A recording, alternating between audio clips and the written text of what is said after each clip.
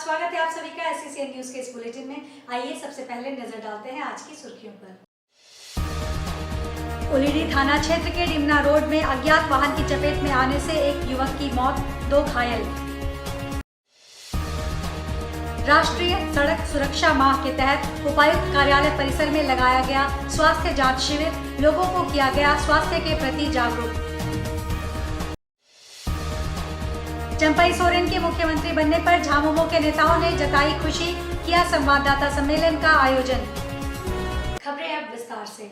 उलीडी थाना क्षेत्र के डिमना रोड पर शंकुसाई रोड नंबर 1 के पास अज्ञात वाहन ने बाइक सवार को टक्कर मार दी। इस दुर्घटना में एक की मौत हो गई और 2 लोग घायल हो गए। उलीडी थाना क्षेत्र के डिमना रोड पर शनिवार को शंकुसाई रोड नंबर 1 के पास अज्ञात वाहन ने बाइक को टक्कर मार दी। इस सड़क हादसे में बाइक सवार युवक 27 वर्ष वीरसु वर्धा की मौत हो गई, जबकि सोनू सोय और उसका पिता प्रधान सोय घायल हुए हैं। यह सभी बोड़ाम थाना क्षेत्र के मिर्जाडी से पोटका के हल्दी पोखर जा रहे थे।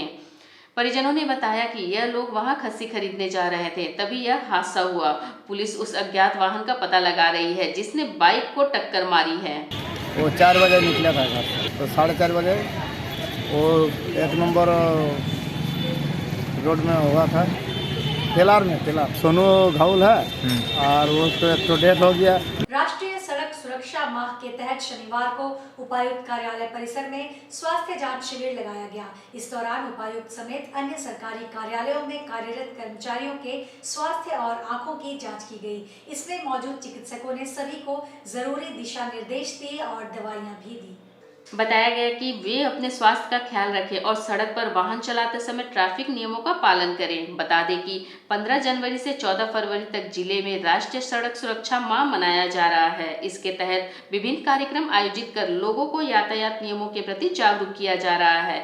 लोगों से अपील की जा रही है कि वे 2 पहिया वाहन चलाते समय हेलमेट का प्रयोग करें और 4 पहिया वाहन चलाते समय सीट बेल्ट जरूर लगाएं। इस सड़क परिवहन सड़क सुरक्षा की तरफ से एक दिवसीय कैंप का आयोजन किया गया है। इसमें ब्लड शुगर हो गया, ब्लड प्रेशर हो गया, आँख का टेस्ट हो गया, होम्योग्लोबिन, यही सब चीज़ का हम लोगों ने यहाँ पर जाँच कर रहे हैं और निःशुल्क दवा का वितरण किया जा रहा है। ये सभी लोगों के लिए, जितने भी ड्राइवर हैं, कर्मचारी हैं और भी पब्लिक हमारी हैं, सभी के लिए। चंपई सोरेन के मुख्यमंत्री बनने पर साक्ची में झामुमो नेताओं ने एक संवाददाता सम्मेलन कर खुशी जताई। उन्होंने कहा, अच्छा काम करेंगे सीएम। चंपई सोरेन के मुख्यमंत्री बनने पर साक्ची में झामुमो नेताओं ने एक संवाददाता सम्मेलन कर खुशी जताई है। झामुमो नेताओं का कहना है कि चंपई सोरेन अनुभवी हैं और वे अच्छा काम करेंगे। शनिवार को झामुमो नेताओं ने साक्ची में पुराना कोर्ट के सामने स्थित झामुमो कार्यालय में यह प्रेस कॉन्फ्रेंस की है। झामुमो के नेता मोहन कर्मकार ने कहा कि चंपई सोरेन अनुभवी हैं, वह कई मंत्रालय में काम कर चुके हैं, झामुमो के साथ स्थापना काल से ही जुड़े हुए हैं। वह गरीबों के लिए अच्छा काम करेंगे और प्रदेश का विकास करेंगे। मुख्यमंत्री चंपई सोरेन जी इस राज्य के 12वां मुख्यमंत्री के रूप में शपथ ग्रहण लिए हैं और ये हमारे पार्टी के सुप्रीमो, पार्टी अध्यक्ष माननीय गुरुजी, कार्यकारी अध्यक्ष माननीय हेमंत सोरेन जी, हमारे दल के सभी विधायकगण, हमारे गठबंधन के कांग्रेस हो, आरजेडी हो, सारे विधायक एक नेता के रूप में माननीय चंपई सोरेन जी का चुनाव किए। सभी लोगों ने कुछ लोगों पर विश्वास जताया और हमको लगता है कि जिस तरीक़ा से उसका अनुभव रहा, राज्य के मंत्रिमंडल में वो पहले से ही ऑलरेडी थे ही, और उसका जो राज्य को चलाने के लिए एक अनुभव, या कहिए कि पार्टी में भी जिस तरह से उसका अपना पार्टी को चलाने का भी एक लंबा अनुभव रहा। इसके साथ साथ राज्य के जनता से, चाहे आदिवासी हो, मूलवासी हो या अन्य और जो भी विभिन्न समुदाय, विभिन्न जाति धर्म के लोग हो, सभी के साथ उसका जो मिलना जुलना और काम करने का तरीका। SCG अब्दुल रज़ाक अंसारी कैंसर अस्पताल और HCG EKO cancer centre Kolkata Ranchi ने जमशेदपुर के एपेक्स अस्पताल साक्ची में कैंसर OPD सेवाओं के शुभारंभ की घोषणा की। कैंसर देखभाल को और अधिक सुलभ बनाने के प्रयास में ऑन्कोलॉजिस्ट की एक विशेषज्ञ टीम के माध्यम से यह पहल जमशेदपुर में रोगियों को सर्वोत्तम श्रेणी के कैंसर उपचार की सुविधा पेश करेगी। इस रणनीतिक सहयोग की घोषणा मुख्य अतिथि क्रमशः doctor GC Majhi, IMA president doctor Saurabh Chaudhary, IMA secretary doctor SK Kundu, director oncology Apex hospital Jamshedpur की गरिमामयी उपस्थिति में की गई। यह एसोसिएशन डॉक्टरों की एक प्रतिष्ठित टीम के मार्गदर्शन में विशेष कैंसर देखभाल प्रदान करता है, जिसमें doctor Aftab Alam Ansari, senior consultant department of radiation oncology HCG Abdul Razzaq Ansari cancer hospital Ranchi और doctor Abhishek Kumar, paediatric oncologist HCG cancer centre Ranchi, doctor Jaydeep Chakraborty HOD और सीनियर कंसल्टेंट हेमाटो ऑन्कोलॉजी और BMT, doctor Arijit Vishnu HCG NKO cancer centre Kolkata से हेमाटो ऑन्कोलॉजी और BMT शामिल हैं। इन्होंने steel city और इसके आसपास के क्षेत्रों के निवासियों को तथा पूरे भारत में स्थानीय समुदायों को उन्नत और व्यापक कैंसर देखभाल प्रदान करने की HCG की प्रतिबद्धता को और मजबूत किया है। मरीजों को सुलभ और विशेष देखभाल प्रदान करने के लिए ये OPD विशेषज्ञ परामर्श की आवश्यकता वाले मरीजों के लिए निरंतर उपलब्ध रहें, यह सुनिश्चित करने की दिशा में काम करेंगे। Doctor Abhishek Kumar, paediatric oncologist, हर महीने के पहले शनिवार को दोपहर 12 बजे से 2 बजे तक परामर्श के लिए उपलब्ध रहेंगे। हेमाटो ऑन्कोलॉजी और बोन मैरो ट्रांसप्लांट में स्पेशलिस्ट डॉक्टर जयदीप चक्रवर्ती प्रत्येक माह के दूसरे बुधवार को दोपहर 12 बजे से 2 बजे तक हेमाटोलॉजी परामर्श के लिए उपलब्ध रहेंगे। मरीज हर महीने के चौथे बुधवार को हेमाटो ऑन्कोलॉजिस्ट डॉक्टर अरिजीत विष्णु से कंसल्ट कर सकेंगे। इस विस्तार के साथ इनका लक्ष्य जमशेदपुर के लोगों को कैंसर के इलाज के लिए एक बहुविषयक दृष्टिकोण प्रदान करना है।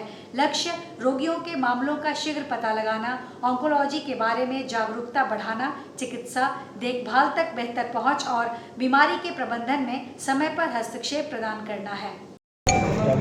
HCG ग्रुप ऑफ जो हॉस्पिटल है जो कैंसर पे बेसिकली फोकस होती है, उन्होंने डिसाइड किया है कि कैंसर को एक्सेसिबल और अफोर्डेबल बनाना है और उसी राह में हम लोगों ने ये डिसाइड किया है कि जमशेदपुर में हम लोग आएँ। यहाँ OPD से हम लोग शुरुआत करने जा रहे हैं। आज हम लोग OPD से शुरुआत कर रहे हैं एपेक्स हॉस्पिटल जो साक्ची में है, इनके साथ मिलके, और जैसा आगे रिस्पांस रहेगा और पेशेंट जैसे आएंगे उसके हिसाब से हम लोग आगे अपनी सर्विसेज को ज़्यादा से ज़्यादा दे पाएंगे। कौन कौन डॉक्टर आएंगे यहाँ पर? अभी जो स्टार्ट करने के शुरू में हम लोगों ने डिसाइड किया है कि पीडियाट्रिक ऑन्कोलॉजिस्ट जो पूरे झारखंड में अभी डॉक्टर अभिषेक हैं, तो पीडियाट्रिक ऑन्कोलॉजी का OPD शुरू करेंगे और हिमाटो ऑन्कोलॉजी जो डॉक्टर जयदीप है HCG कोलकाता से आए हैं वो शुरू करेंगे। जमशेदपुर के साक्ची स्थित जमशेदपुर बालिका विद्यालय में सेल समागम हर्ष जोहार का आयोजन किया गया। इस दौरान कक्षा 6 से 8 तक के बच्चों ने गणित के एग्जीबिशन में भाग भी लिया। बच्चों में मानसिक दबाव को कम करने के उद्देश्य से राज्य सरकार के निर्देशानुसार हर्ष जोहार सेल समागम के कार्यक्रम की शुरुआत की गई है। इसमें छात्र छात्राएं बढ़ चढ़कर हिस्सा लेते हैं और अपनी प्रतिभाओं को उजागर करने का कार्य करते हैं। इससे एक तरफ जहां बच्चों की प्रतिभाओं को एक मंच मिलता है, तो वहीं दूसरी तरफ बच्चे मानसिक दबाव से दूर होते हैं। इसी क्रम में जमशेदपुर के साक्ची स्थित जमशेदपुर बालिका विद्यालय में सेल समागम हर्ष जोहार का आयोजन किया गया। साथ ही साथ स्कूल के कक्षा 6 से 8 तक के बच्चों ने गणित का एग्जीबिशन लगाया, जिसमें 40 मॉडल उनके द्वारा प्रदर्शित किया गया।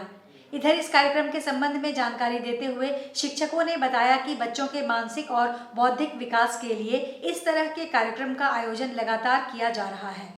SOE गर्ल्स साक्ची जमशेदपुर से बोल रही हूँ। हमारे यहाँ आज सेल समागम है। सेल समागम सोशल इमोशनल लर्निंग का जो है डिस्ट्रिक्ट लेवल प्रोग्राम हो रहा है। पिरामल फाउंडेशन हम लोगों से जुड़े हुए हैं, एक्चुअली स्टेट लेवल से ही जुड़े हुए हैं। हमारा स्कूल जो है वो मुख्यमंत्री की एक महत्वाकांक्षी योजना के अंतर्गत चल रहा है और साथ ही हमारे यहाँ मैथ का एग्जीबिशन भी लगाया गया। लगभग 39 मॉडल्स बच्चों ने तैयार किए हैं। हमारी शिक्षिका इंद्राणी मैडम और गौतम लाहा उनके नेतृत्व में ये किया गया है और सभी सारे अब PTM भी हम लोगों ने रखा था और साथ में गार्जियन भी हमारे बहुत सारे मौजूद थे। इस प्रोग्राम को एंजॉय किया है।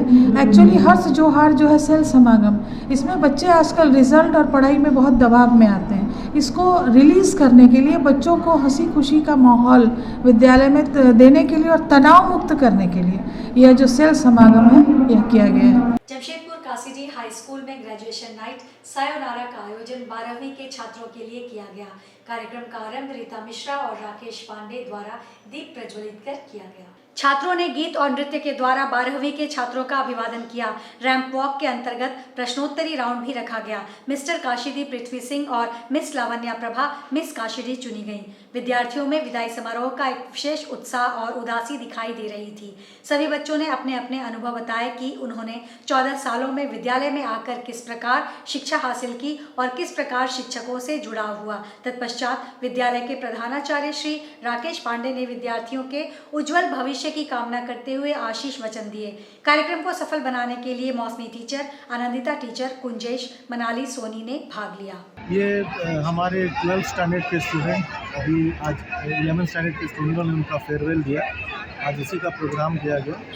हम लोग ये हर एक साल का एक एनुअल इवेंट है जो 11th बच्चे जो है अपने सीनियर्स को फेयरवेल देते हैं। ये एक तरह का कोऑर्डिनेशन है सीनियर्स और जूनियर्स के बीच में, जो एक प्रथा है चले आ रहा है हम लोग के पुराने।